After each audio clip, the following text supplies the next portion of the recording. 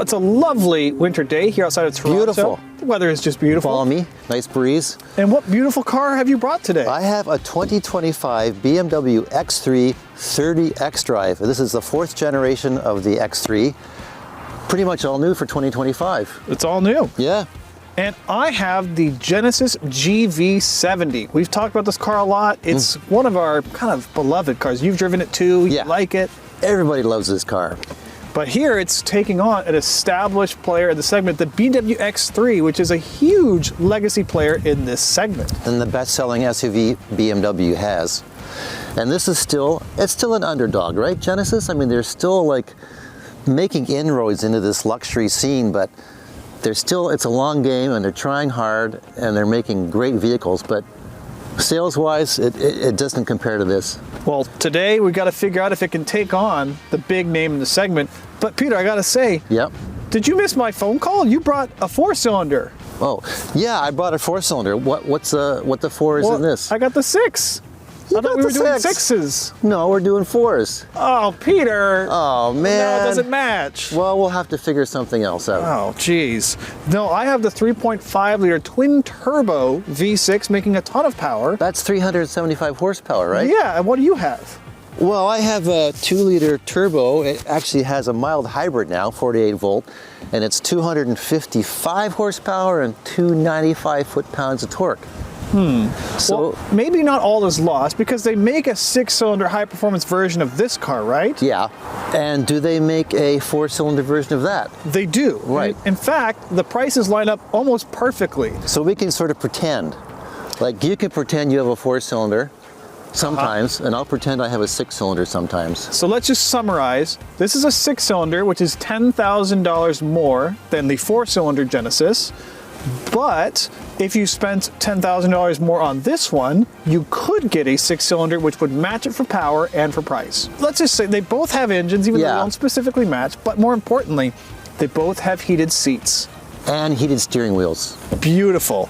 Should we get in the cars and drive? Let's go and figure this thing out. All right, let's start with the BMW. Okay. All right.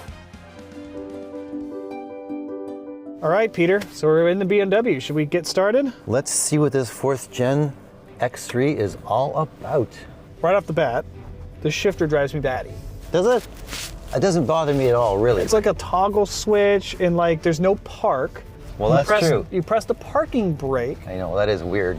And also, you're not crazy about this trapezoidal... Not wheel-shaped wheel? Yes, odd-shaped wheel. No, I have big opinions about the steering wheel because I don't mind square-shaped wheels when it's in a car like the Alfa Romeo 4C or the Tesla Cybertruck, in which you can really do all your steering in 180 degrees of travel from this.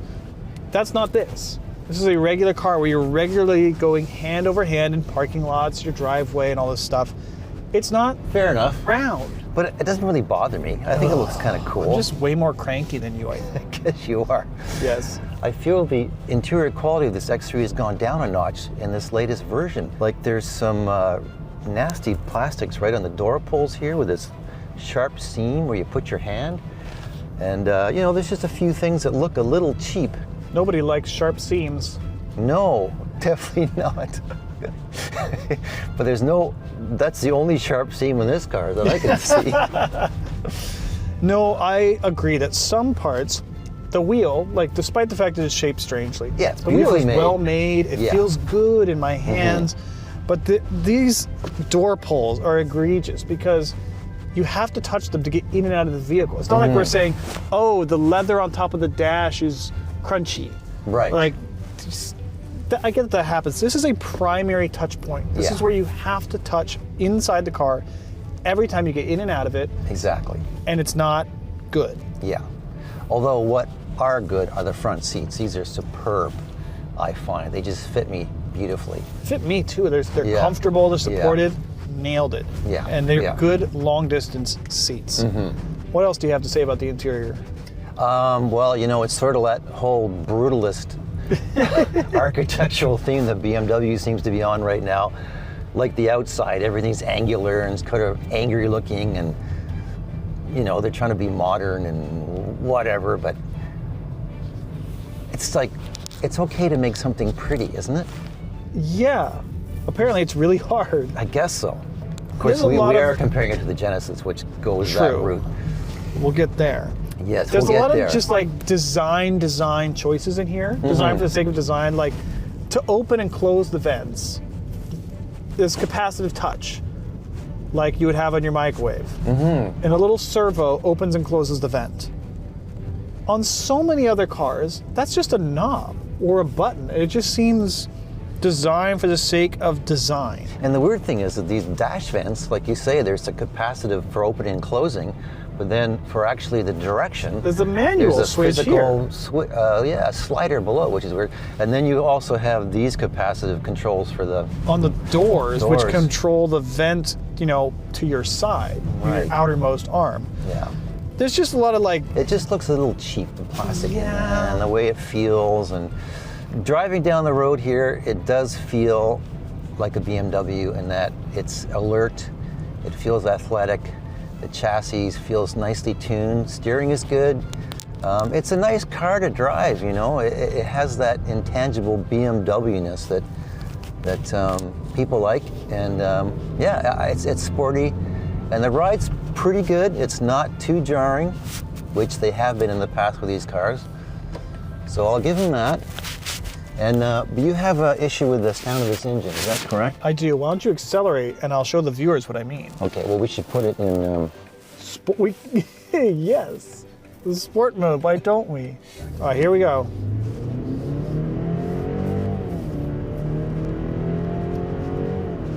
I mean, this thing gets out of its own way pretty good. Oh, power-wise, I can't Yeah. complain. 250 horsepower, and it's got mild hybrid assist, so that's adding Exactly. 30 pound-feet of torque to the equation, and a little horsepower as well. And while we're talking about the engine, it's way more efficient than the Genesis. Even if Yes. especially when you compare the 4-cylinder to the 6-cylinder, but 4-cylinder to 4, this is more efficient because the 4-cylinder only comes as a mild hybrid. This gets 8.1 city, 9. No, it's combined. Oh, 8.1 combined for this car, as opposed to 9.9 previously. yes. That's much better. That's and the way Genesis better. 4-cylinder, for comparison, combined 10.5 liters per 100K. right. So this that's is a big difference. This is a legitimate fuel sipper.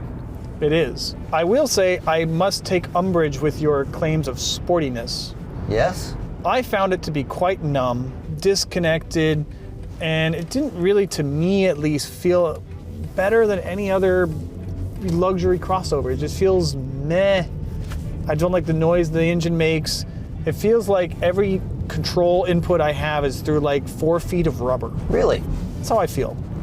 This isn't even the performance version of this car. No, So no. relax. No, I feel it has that sort of basic essence of the BMW chassis tuning, and the steering to me is quite sharp and direct. I mean, it's a lot more athletic than the Genesis. I find the Genesis is very muted. I mean, it's faster because it has a V6, but and I'm not saying there's anything wrong with the Genesis because it's a quieter and smoother, and I would say Interesting. more luxurious driving vehicle. I think this is more sporty, a little more edgy. It has The a firmer styling's certainly ride. more edgy. Yeah, well, there is that, isn't it? Yes. I think the other thing worth noting is that this is a larger vehicle, basically. It has Yeah. more, especially inside, it has more cargo space. But there's more rear seat space in the Genesis. Ah. Right. And another thing about this car is the visibility. I mean, when you're driving it now, it seems okay, but you get in the Genesis and it just seems way more visible. The windshield's bigger, Yeah. the cowl is lower. This one, you feel a bit more confined. And I'd say a nitpicky thing is I like the wireless phone charging pad is right here in the center console, but it has this like slat design, which looks kind of jazzy.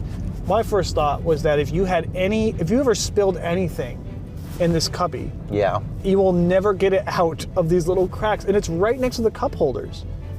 And That's spills will very happen. true. You're guaranteed to, in the life of this car, spill something.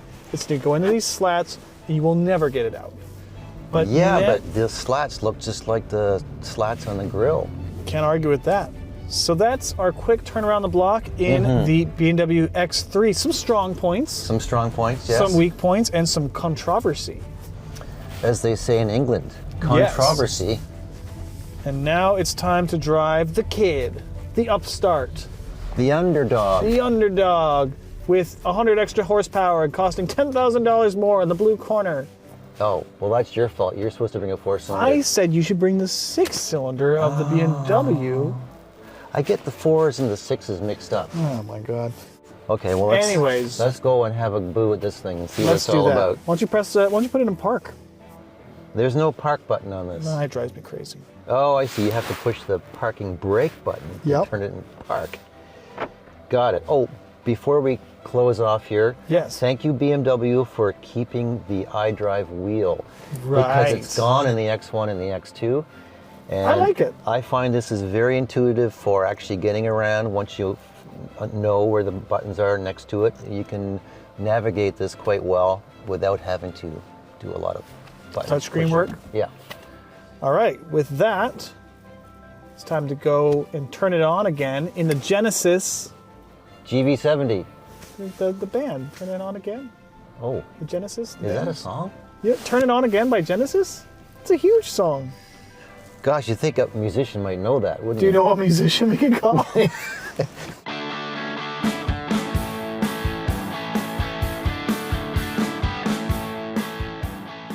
So, Clayton, what do we have here? What did you bring to the party? This is the Genesis GV70 with the 6-cylinder. 6-cylinder. They also sell a 4-cylinder version. Yes, yes. Here, let me just adjust my volume. Oh, wait, that's the... Which one is it? Is it this one down here? That's drive, and this one... Well, that's about the only criticism you can have with this interior. I would agree with you. Yes. I don't like that these are two knobs which control... Well, this one controls the engine.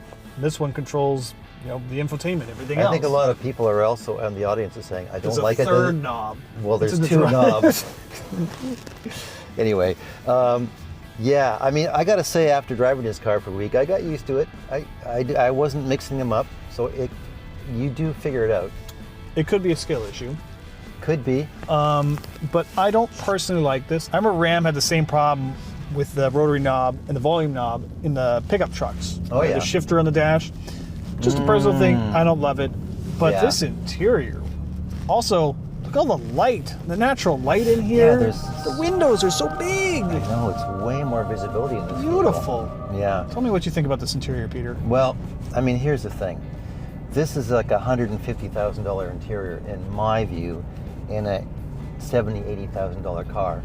Whereas the BMW looks more like a $40,000 interior, $35,000 in a $70,000, $80,000 car. But you made a good point in that Genesis, they're trying very, very hard to break into this whole luxury thing, and they're not pulling any punches. They're not cutting corners. They're spending money, and this interior is so beautifully made and so well crafted and well designed. It's a cut above everything else in this segment, I feel. I agree. I can't say enough nice things about this interior. Yeah. I like the quilted seats. I like the contrast stitching. I love the colorways they use. It might look like a black interior in some of our shots, but it's actually like a really nice navy blue. I believe they make a green and like a eggplant purple as well. Yeah. We do have to say we love this interior, but the carbon fiber trim you see is exclusive to the V6, so take that out of the equation. And this quilted leather is also exclusive to the premium, I think? Yes, so the equivalent 4-cylinder trim that would match up perfectly with our BMW would be the 2.5T Prestige. Right. At about $69,000, which is a nice price. And what do we get with that? With that, you get a 2.5-liter turbocharged 4-cylinder, 250 horsepower or so? No, 300 horsepower. Ooh. 311 foot-pounds of torque. So you get lots of power, but you also get pretty much all the luxury features that this V6 has. The V6 Genesis GV70 is loaded. Things that are exclusive to the V6 would be the engine, of course, limited slip rear diff, adaptive dampers, which you can only get on the V6, and apparently the front seats have larger bolsters for sporty driving that you don't get on the 4-cylinder. But otherwise, all the stuff like heated wheel, heated seats, vented seats, cargo flying around the rear seat, all that stuff is available on the 4-cylinder. So they're really not that It's not even different. available. It's standard, even on the base 4-cylinder. You get vented seats, heated seats. Yeah, it's pretty amazing what they give you. And I think that's the other thing, is that we could have gotten the 6-cylinder BMW.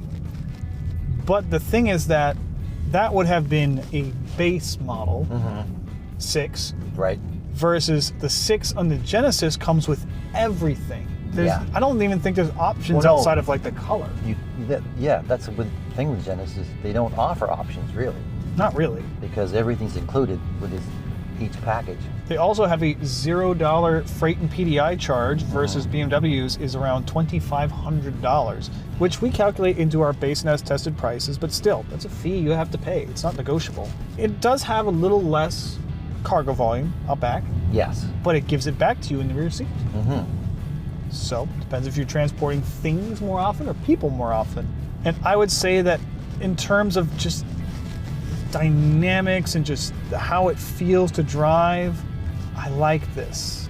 I know Peter disagrees with me. Well, no, I would say that I think this is a better expression of what a luxury mid-size or compact SUV should be in the way it drives, and that it's so smooth and it's quiet. Although this is the V6, but still, it's just the whole feel of the car to me feels more luxurious. Whereas the BMW is a little more edgy. I would say it's more of an engaging handling vehicle, but for me, if I want a luxurious SUV like this, whoa, 375 horsepower, let loose. To me, this feels like a beautiful expression of what a luxury vehicle should be. And when you sit in it and you look at this interior, you go, wow. You never get tired of seeing this. I mean, every little detail is so beautifully executed. I love the thoughtful design. I like that there's like a click wheel for my temperature. There it goes. To click it up, click it down. And though it is a touch panel for my heating and cooling, I like that it's permanent. Yeah, it doesn't go away. Big. It can't turn into a map. I don't mind a touch screen so long as the things are always where I left them. And plus they're large. Like the BMW is very tiny little places you push to try and get your seat heat adjustment and all that stuff. So yeah, it's a whole different philosophy. And then Genesis have always been good at this, and I hope they continue to this. I do think it's also interesting that both cars have touch screens with redundant click wheel control if you so choose. Right. And obviously Genesis took this idea from BMW, which is very good. Yes, they learned from the best. Yeah. I like that the phone charging cubby has a little lid. I think that's classy. Yep. I like that I can drop my phone in, it charges, and then I put this little lid over it. It doesn't take up much real estate. It doesn't, exactly. And then it keeps the interior looking smooth, looking clean. Big fan. But for people who are looking at this category, do people still put way more weight on the badge? Yeah, how much does the brand cachet matter? Yeah. I mean, this car is so incredibly good, but you don't see a whole lot of them, do you? Where you see tons of BMW X3s. I think I see about 50-50 in my neighborhood. Oh yeah? Yeah. Okay. But I would definitely say that if you are shopping in this segment, you need to consider this. Even though it's a brand new nameplate, you really should check it out. And interestingly, this car, this generation of GV70 is actually going out. They're going to be replaced with a refreshed version coming up for the 2026 model year, I believe. 2026, yes. So that goes both ways. If you want to be the first in your neighborhood with the refreshed version, which we haven't driven yet, you can wait a bit and buy that one. But if you really want some of the old hallmarks, like look at this like leather covered gauge binnacle. I know it's a digital screen inside, but these are things that I think are going away with the new one. They are. The new one's going to have a big, vast screen like the BMW. Exactly. We're going to be losing these rotary dials here for the HVAC. So if you want this style, you better get it ordered. Absolutely. What are things that you think this car could be improved upon, Peter? Well, we're talking about interior. The Lexicon sound system in this Genesis is primo. The Harman Kardon in the BMW, it's good, but this is a next level. And for viewers that might not know, you are a professional musician, so you somewhat know what you're talking about. This is a little bit, yeah. I've spent a fair amount of time in studios recording, so. So, in which car does your band sound better through the speakers? The Genesis for sure. And like, what makes it better? Is it the clarity? Is it the richness of the tones? Is it more It's all of that. wattage? Walk me through it. It's a clarity. It's a natural sound. It has a very large, open audio experience. The BMW is a little more closed. It's a little tighter sounding. The Lexicon just sounds more premium. It sounds more expensive, and it's just it's very impressive. That's good to hear. And plus, it has really pretty grills. Should we turn it up right now and listen to that sound system? Can we? Here we go. You hear it? Wow, that's incredible. Well, that bassist, he's really good. You hear him hitting those Who notes? is that guy anyway? Wow. Kind of plays a lot though, doesn't he? He must be shredding. He's kind of busy. Oh, he's busy jet-setting the world, driving cars. Something like that. Well, all right, Peter. Well, we've enjoyed our time in these two warm cars. We have. But now it's time to get back out into the harsh, cold unknown. The reality of picking a winner. Is that what you have to do? We have to pick a winner between these two. And I've got a hunch as to which one it might be. So do I. They're both very good. They're They both very have good, a lot to offer. but only one can leave the Thunderdome. Exactly. I think it's time to get out of the Genesis and duke it out over which one is the winner. I think that's an excellent idea. Let's go out in the cold.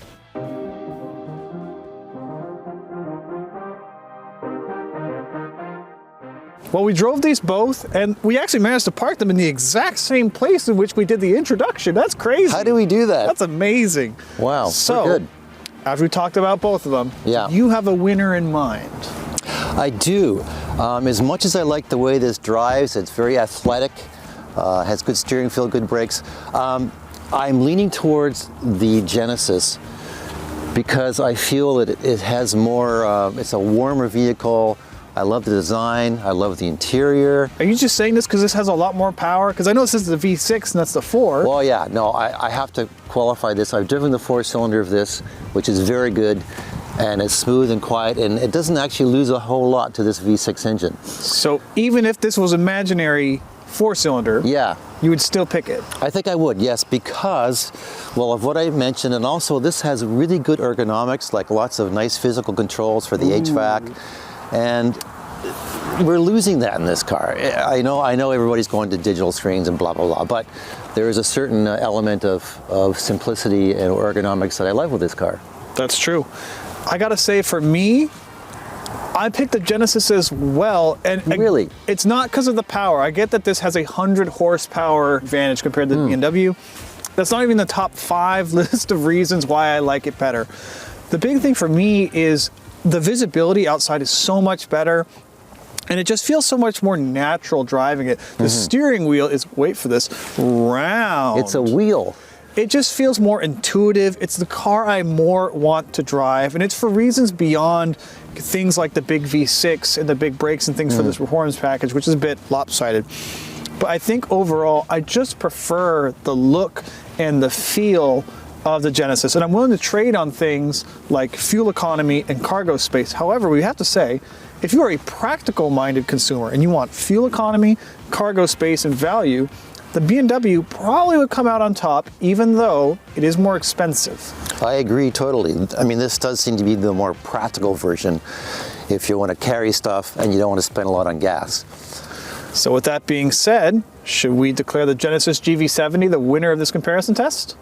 Yes, I think we should. So there you have it. The Genesis GV70 is the winner of this Driving.ca comparison test. And to see our full written comparison, don't forget to check out our website at Driving.ca, where you'll find our full article and more comparisons. And don't forget to let us know in the comments what 2 cars we should compare next. I think ideally, I think a 2.7 Carrera RS versus a Singer? That'd be nice. Yes, I think we can arrange that. So, what the commenters say it. Yeah, I think I have a Singer in my garage somewhere. Perfect. We're halfway there. For Driving.ca, I'm Peter Blakeney. And I'm Clayton Seams. And don't forget to check out our website, where you'll find a full written review on these 2 cars.